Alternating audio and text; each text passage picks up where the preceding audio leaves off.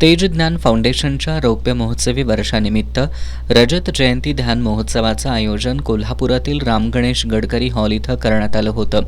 यावेळी बोलताना सकाळचे संपादक निखिल पंडितराव यांनी माणूस बाह्य जगामध्ये आनंद शोधत असतो, मात्र आनंद हा स्वतःमध्येच असतो याची जाणीव तेज ज्ञान फाउंडेशननं लोकांना करून दिली असल्याचं सांगितलं.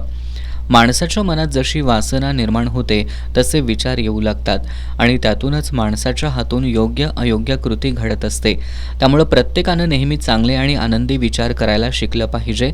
हेच काम गेली 25 वर्ष तेज ज्ञान फाउंडेशन अविरतपणे करत आहे आणि त्यातूनच चांगला समाज घडवण्याची धडपड सुरू असल्याचं त्यांनी सांगितलं. यावेळी व्हाईट आर्मीचे संस्थापक अशोक रोकडे यांनी देखील मनोगत व्यक्त करताना तेज ज्ञान फाउंडेशनच्या कामाचं कौतुक करत चांगली माणसं घडवण्याचं काम तेज ज्ञान फाउंडेशन करत असल्याचं सांगितलं.